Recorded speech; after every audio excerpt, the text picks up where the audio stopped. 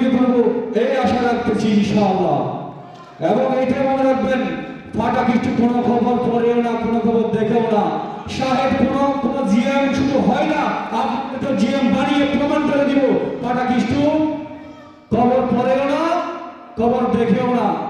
আমি যখন অ্যাক্সিডেন্টের কাজ শুরু করি তখন আমার মায়ের প্রচুর পরিমাণ ডায়াবেটিস ছিল।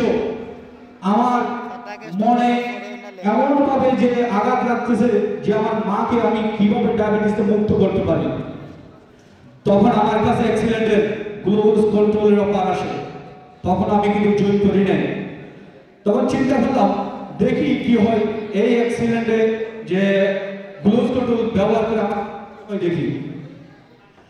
তখন খাওয়া শুরু করলাম, 3টা প্যাকেজ দিয়ে জয়েন করি আমি। যখন যেহেতু মাকে খাওয়াইতে হবে ইনশাআল্লাহ 30টা খাওয়াবো এই আশা করে মাকে গ্লুকোজ কন্ট্রোল খাওয়ানো শুরু করেছি।